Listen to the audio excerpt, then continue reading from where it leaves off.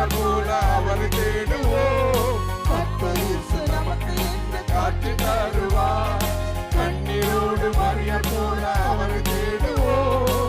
கர்த்தர் இயேசு நமக்கு என்று காட்சி தருவார். கண்ணீரோடு பெயர் சொல்லி அழைத்திடுவார். கண்ணீரோடு பெயர் சொல்லி அழைத்திடுவார். கலக்கமில்லி காலமெல்லாம் சாட்சி பகர்வோம். கலக்கமில்லி காலமெல்லாம் சாட்சி பகர்வோம். அல்லேலூயா ஜீவிக்கிறார். அல்லேலூயா ஜீவிக்கிறார். அல்லேலூயா அல்லேலூயா ஜீவிக்கிறார். அல்லேலூயா அல்லேலூயா ஜீவிக்கிறார். இயேசு உயிர்த்து விட்டார். அல்லேலூயா. மன்னன் இயேசு ஜீவிக்கிறார். அல்லேலூயா. இயேசு உயிர்த்து விட்டார். அல்லேலூயா. மன்னன் இயேசு ஜீவிக்கிறார். அல்லேலூயா.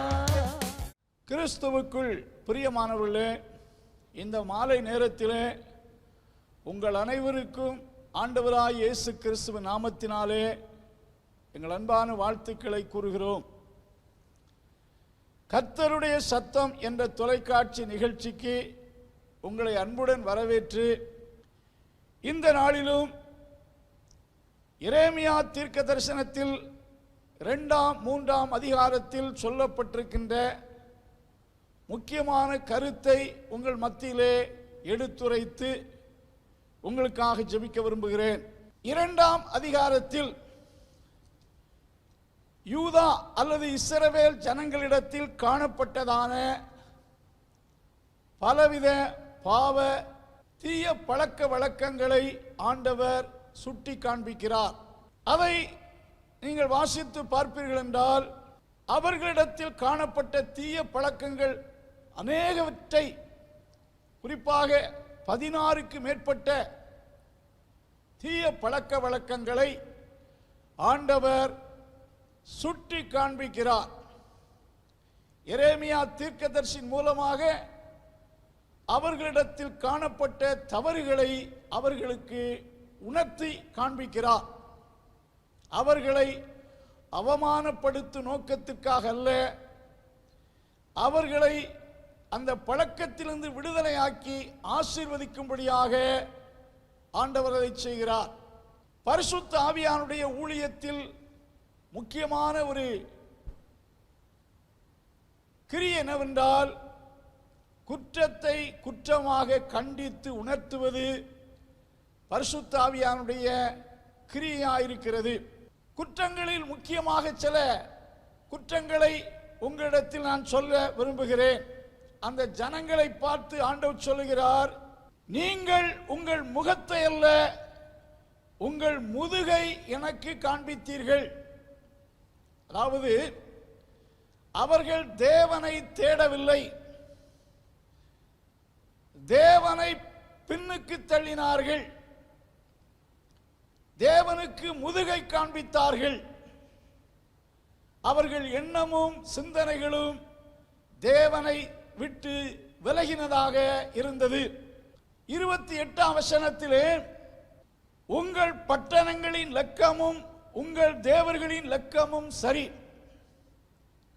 ஒவ்வொரு பட்டணங்களிலும் அவர்கள் தேவனை ஆராதிப்பதற்கு பதிலாக பல விக்கிரகங்களை தங்களுக்கு உண்டு பண்ணி சேவித்தார்கள்.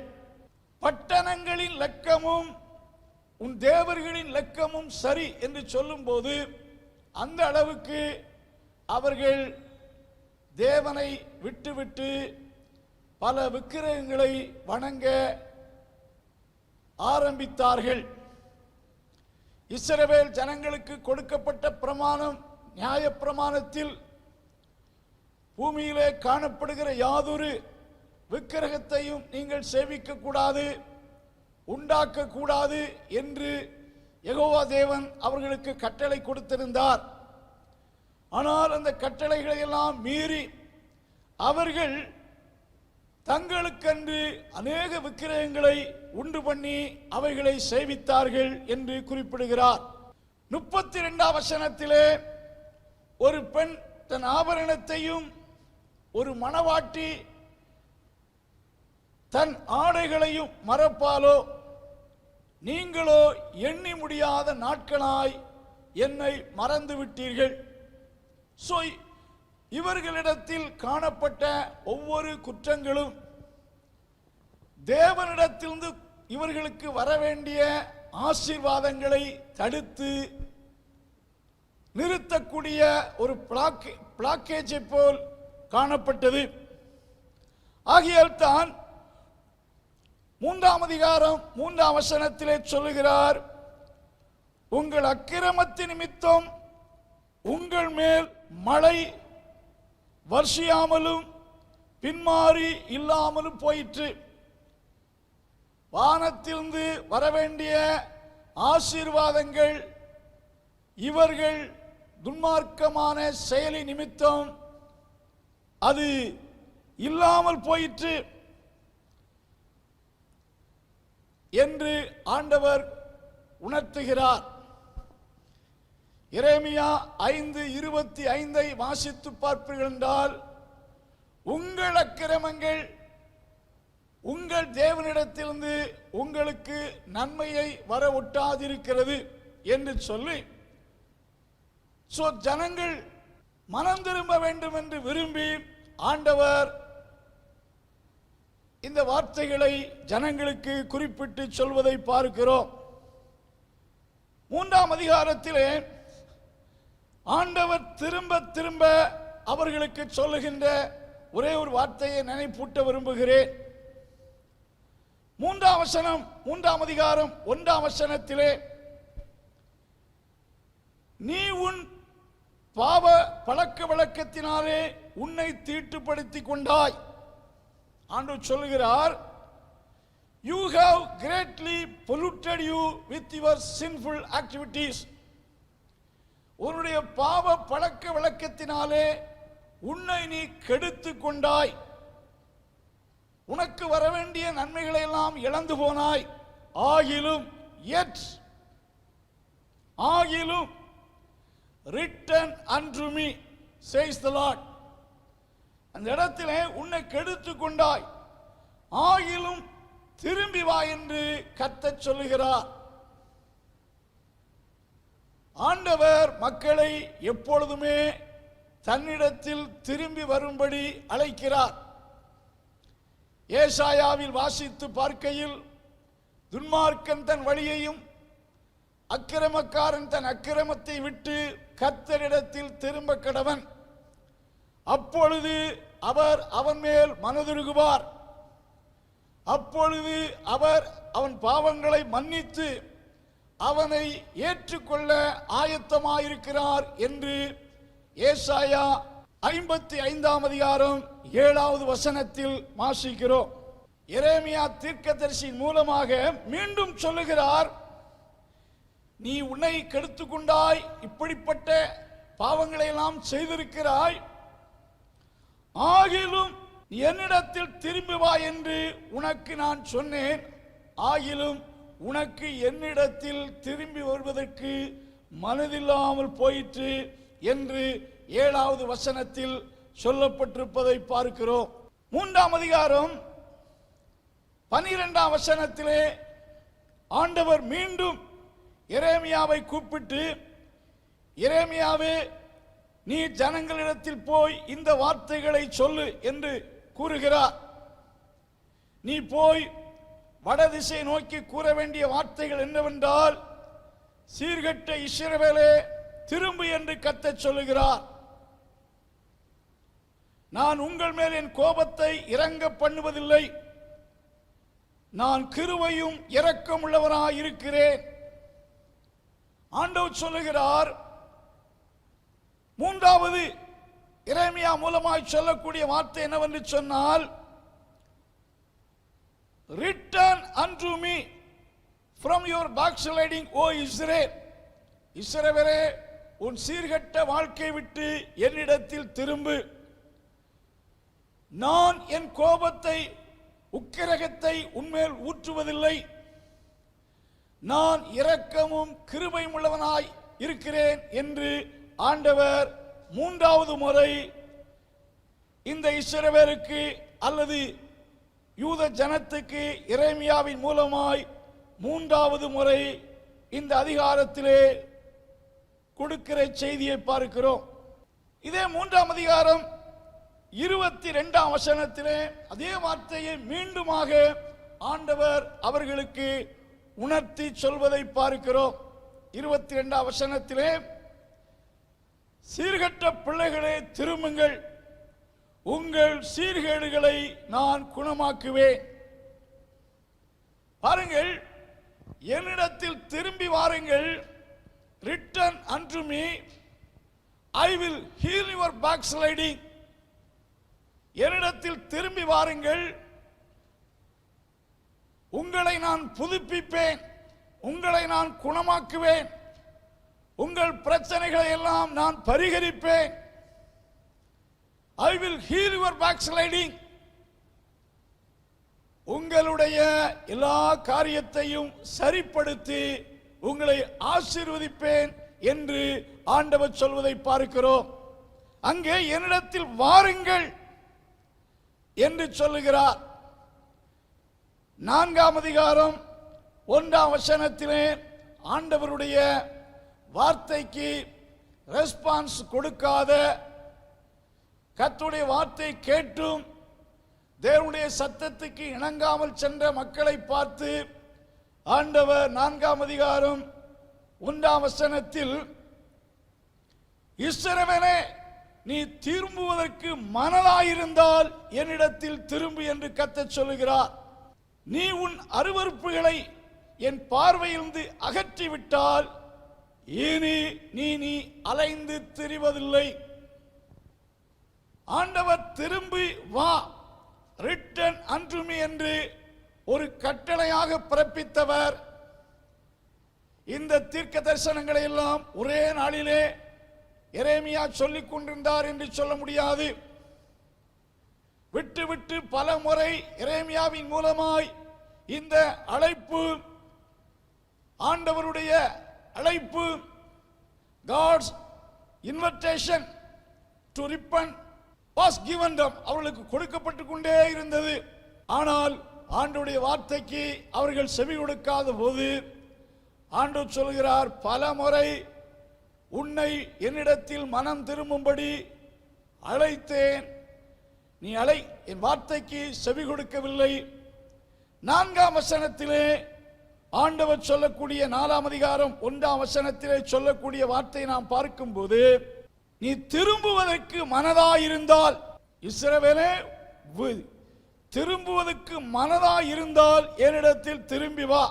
நீ என்னிடத்தில் திரும்பி வந்து உன் பாவ வழிகளை விட்டுவிட்டால் இனி நீ அலைந்து திரிவதில்லை என்று ஆண்டவர் சொல்வதை பார்க்கிறோம்.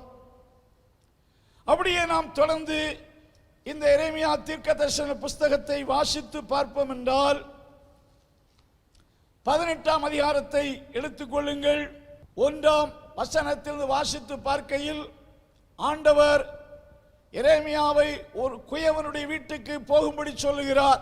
குயவன் ஒரு பாத்திரமாக உருவாக்க நினைத்த பாத்திரம் அவன் கையிலே உருவாகும் போது உடைந்து போகிறது அல்லது கெட்டு போகிறது.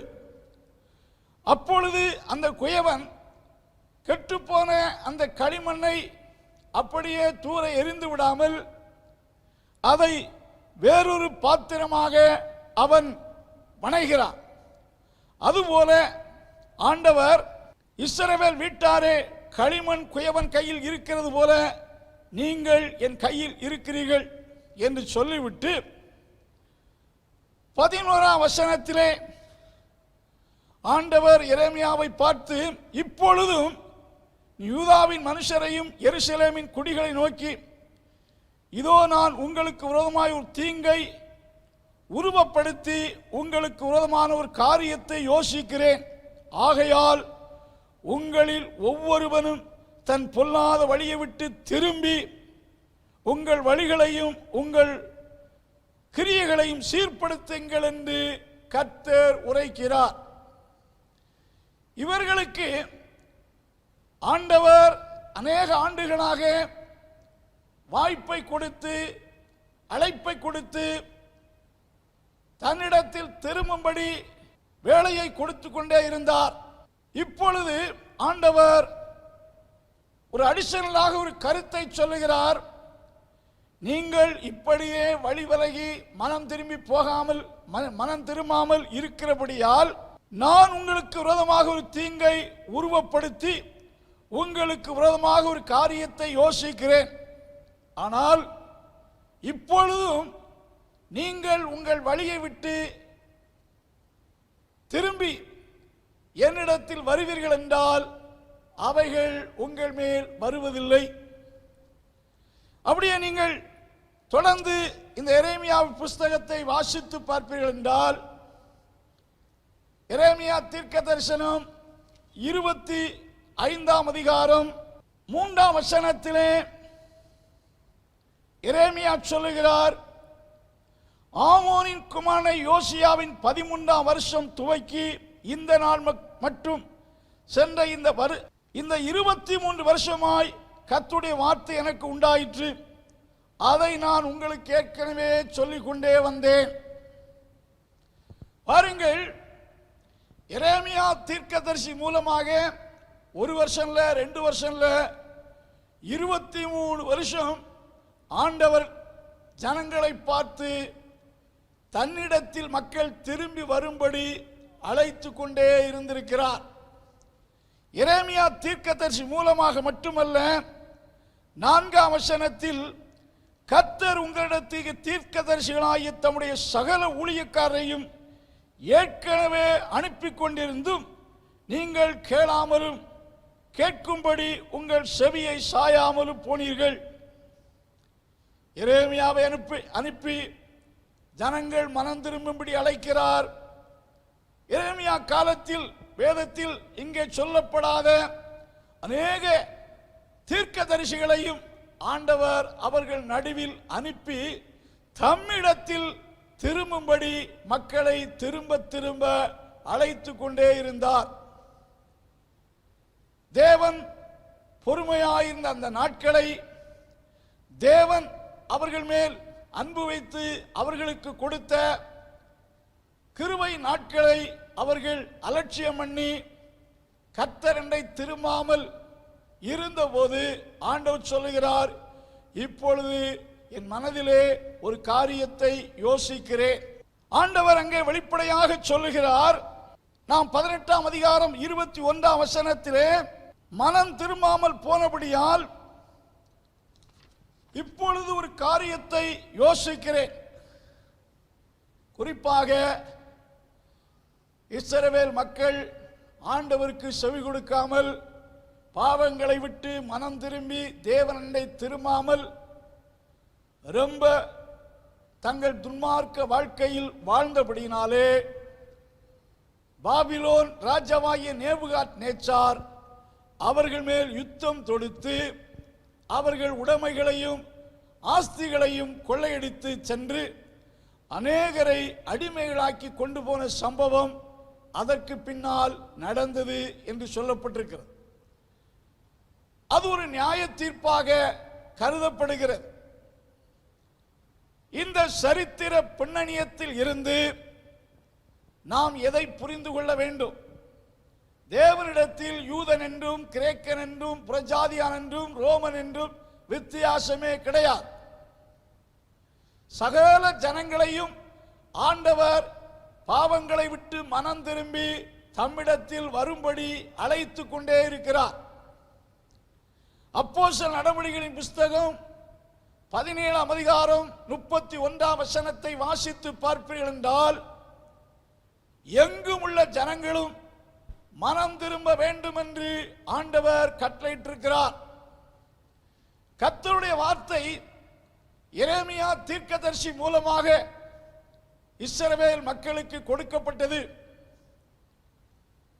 ஆண்டவர் அநேக ஊழியக்காரர்களை கொண்டு தன்னுடைய வார்த்தையை ஜனங்களுக்கு அனுப்பினார். அப்போஸ்தலனாகிய பவுல் மூலம் அங்கே வாசிக்கிறோம். அப்போஸ்தலர் நடவடிக்கைகளின் புஸ்தகம் 17ஆம் அதிகாரம் 31ஆம் வசனத்தை வாசித்து பார்ப்பீர்கள் என்றால், அறியாமை உள்ள காலங்களில் தேவன் காணாதவர் போல் இருந்தார். இப்பொழுதோ மனம் திரும்ப வேண்டும் என்று மனுஷர் எல்லோருக்கும் கட்டளையிடுகிறார். எங்கும் உள்ள எல்லா மனுஷருக்கும் கட்டளையிடுகிறார். ஆண்டவர் சகல ஜாதிகளையும் சகல ஜனங்களையும் மனம் திரும்பி தன்னண்டை வரும்படி திரும்பும்படி அழைத்து கொண்டிருக்கிறார். ஒருவரும் கெட்டு போவது ஆண்டவருடைய சித்தமில்லை. அப்போஸ்தலனாகிய பேதுரு சொல்லுகிறார், 2 பேதுரு 3:9 தாமதிக்கிறார் என்று சிலர் எண்ணுகிறபடி ஒருவரும் கெட்டு போகாமல் எல்லோரும் மனம் திரும்ப வேண்டும் என்று நம்மேல் தேவன் நீடிய பொறுமையாயிருக்கிறார் என்று குறிப்பிட்டு சொல்லுகிறார். அருமையானவர்களே, ஆண்டவர் சகல ஜனத்திற்கும் சகல பாஷைக்காரர்களுக்கும் சிருஷ்டிகர் தன்னை தேடும்படி தன்னிடத்தில் திரும்பும்படி பாவ வழியை விட்டு திருந்தும்படி மனம் திரும்பும்படி ஆண்டவர் ஜனங்களை அழைத்து கொண்டே இருக்கிறார். லூக்கா சுவிசேஷம் 13ஆம் அதிகாரத்திலே ஆண்டவர் சொல்லுகிறார். சிலர் வந்து இயேசுவிடத்தில் சொல்லுகிறார்கள், பிலாத்து அநேக கலிலேயரை கொண்டு போட்டான், அது உமக்கு தெரியுமா? சீலோவாமிலே கோபுரம் கட்டுகையில் கோபுரம் இடிந்து 13 பேர் மரித்து போனார்கள் என்று சொல்லுகிறார். அப்பொழுது இயேசு அவளை பார்த்து, எல்லாரை விட செத்து போனவர்கள் பாவிகள் என்று நினைக்கிறீர்களா? இல்லை, மனம் திரும்பாவிட்டால் எல்லோரும் கெட்டு போவீர்கள். கெட்டு போகுதல் என்று சொல்லும் போது நாம பாவங்களை விட்டு மனம் திரும்பி கர்த்தரண்டை திரும்பாமல் இருப்போம் என்றால் நம்முடைய நித்திய வாழ்வு கெட்டு போகிறது. உலகத்தில்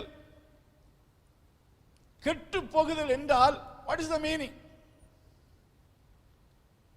அதாவது தேவன் வைத்திருக்கின்ற நித்திய இளைப்பாறுதலை இழந்து போகிறோம், நஷ்டப்பட்டு போகிறோம், அதான் அர்த்தம். ஆகையால் நமக்கு கிடைத்திருக்கிற இந்த நாளிலாயிலும் ஆண்டவர் மனுஷரை பார்த்து, எனக்கு அதை செய், எப்படி பெரிய பெரிய காரியத்தை செய் என்று மக்களிடத்தில் கேட்பதில்லை. அதைத்தா இதைத்தா என்று ஆண்டவர் மனுஷரிடத்தில் கேட்ப, மனம் திரும்பி பாவ வழியை விட்டு திரும்பி என்னிடத்தில் வா, நான் உன்னை ஏற்றுக்கொள்வேன், உன் பாவங்களை மன்னிப்பேன், உன்னை சமாதானத்தை தருவேன், உன்னை ஆசீர்வதிப்பேன், உனக்கு பரலோக வாழ்வை கொடுப்பேன். இயேசு இந்த உலகத்தில் பண்ணின முதல் பிரசங்கமே மனம் திரும்புங்கள். பரிசுத்த வேதாகமும் எல்லோரும் மனம் திரும்பி கர்த்தரை தேட வேண்டும் என்று நமக்கு போதிக்கிறது. இந்த மாலை நேரத்திலும் மீண்டும் மீண்டும் ஆண்டவர் அந்த எரேமியா தீர்க்கதரிசி மூலம் ஜனங்களை தம்மண்டை மனம் திரும்ப அழைத்தது போல இந்த செய்தியின் மூலம் உங்களோடு பேசுகிறார். உங்களை ஆண்டவர் தன்னண்டை திரும்ப சொல்லுகிறார். உங்கள் பாவ வாழ்க்கையினாலே பல நஷ்டம் அடைந்திருக்கிறீர்கள். உங்கள் துன்மார்க்க பழக்க வழக்கத்தின் நிமித்தம் உங்களுக்கு ஆண்டவரிடத்தில் வர வேண்டிய ஆசீர்வாதம் மழை பெய்யாமல் இருக்கிறது. வாக்கு பண்ணப்பட்ட ஆசீர்வாதங்கள் உங்கள் மேல் வராமல் இருக்கிறது. ஆகையால் மகனே மகளே, என்னிடத்தில் திரும்பி வா. I am ready to accept you. This is the word of God to you. ஆண்டவர் சொல்றார், என்னிடத்தில் திரும்பி வா, உன் பாவத்தை மன்னித்து ஏற்றுக்கொண்டு உன்னை ஆசீர்வதிக்க ஆயத்தமாயிருக்கிறேன். இந்த மாலை நேரத்திலும் அந்த இளைய குமாரன் தகப்பனிடத்தில் ஓடோடி வந்தது போல, அன்றைக்கு சகைவு இயேசு அழைத்த போது உடனடியாக அவரை தன் வீட்டில் ஏற்றுக்கொண்டது போல இந்த மாலை வேளையிலே இயேசுவுக்கு இடம் கொடுங்கள், இயேசுவண்டை திரும்புங்கள், பாவங்களை அறிக்கை செய்து கர்த்தருடைய ஆசீர்வாதத்தை பெற்றுக்கொள்ள இந்த வார்த்தையினாலே கர்த்தர் உங்களை அழைக்கிறார். ஆகையால் இன்றைக்கு ஒரு தீர்மானம் எடுங்கள். கர்த்தர் உங்களை நேசிக்கிறார். அவர்தான் உங்களை சிருஷ்டித்தவர். அவர் உங்கள் நாயகர். உங்கள் இந்த வாழ்க்கையிலும் நித்திய வாழ்க்கையிலும் நீங்கள் நஷ்டமடையக்கூடாது என்று உங்கள் மேல் அன்பாயிருந்து மீண்டும் மீண்டுமாய் உங்களை அழைக்கிறார். எதுவரைக்கும் அவரண்டை திரும்பாமல் அவருக்கு முதுகை காட்டிக்கொண்டு கர்த்தருடைய வழியை விட்டு விலகி வாழ்வீர்கள். இன்று கர்த்தருடைய சத்தம் கேட்பீர்கள் என்றால் இருதயத்தை கடினப்படுத்தாதபடி open your heart and to the lord Jesus. இயேசுவுக்கு உங்கள் இருதயத்தை திறந்து ஏற்றுக்கொண்டு அவரை பின்தொடருங்கள். அவருடைய வார்த்தைக்கு செவி கொடுங்கள். கர்த்தர் உங்களை ஆசீர்வதிப்பாராக.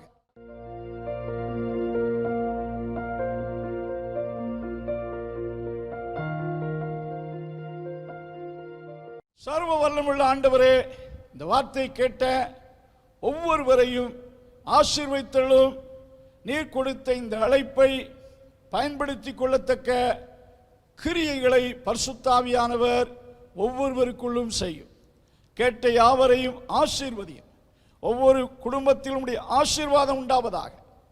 இயேசுவின் நாமத்தில் ஜெபங்கேளு நல்ல பிதாவே, ஆமென். Praise the Lord. தேவனுடைய பரிசுத்த நாமம் மகிமைப்படுவதாக. நப்தலி சண்டே ஸ்கூல் புக்ஸை உங்களிடத்தில் அறிமுகப்படுத்துறதுல ரொம்ப சந்தோஷப்படுறோம். முழு வேதாகமத்தையும் 12 வால்யூமாக பிரிச்சிருக்கிறோம். ஒவ்வொரு வால்யூத்துலேயும் 30 லெசன்ஸ் இருக்கும். அந்த ஒரு புத்தகம் ஒரு குழந்தைக்கு ஒரு வருஷத்துக்கு போதுமானதாக இருக்கும். இந்த புத்தகத்தில் அந்த வேத பகுதி கொடுத்துருக்கோம். அதனுடைய அந்த பாடத்தினுடைய நோக்கம் கொடுத்துருக்கோம். அதில் மெமரி வர்ஸ் கொடுத்துருக்கோம். நீங்கள் ஜூனியர் சீனியர் கேட்டால சொல்லி கொடுக்கறது போல் சில இடத்துல ஸ்ப்ளிட் பண்ணி கொடுத்துருப்போம் ஜூனியர் சீனியர்னு. சில இடத்துல ஜூனியருக்கு மட்டும் கொடுத்துருப்போம். பெரியவங்களுக்கு முழு வசனத்தை நீங்கள் சொல்லி கொடுத்தலாம். கலரிங் பேஜ் இருக்குது. ஏன்னா எல்லா ஏஜ் குரூப்புக்கும் கலர் இஷ்டம் இருக்கிறதுனால கலரிங் பேஜஸ் இருக்குது. அதே போல் question answer, fill ups, match of following, அப்புறம் சூஸ் த கரெக்ட் ஆன்சர், இந்த மாதிரி எல்லா ஆக்டிவிட்டீஸும் ஒவ்வொரு பாடங்களுக்கும் வேறு வேறையாக கொடுத்துருக்கோம். நீங்கள் வந்து 9940937773 9940937773 இந்த நம்பருக்கு நீங்கள் வந்து வாட்ஸ்அப் பண்ணிங்கன்னா, உங்களுக்கு புக்ஸ் வேணும்னு நீங்கள் மெசேஜ் பண்ணிங்கன்னா உங்களுக்கு ஆர்டர் ஃபார்ம் அனுப்பித்தரோம்.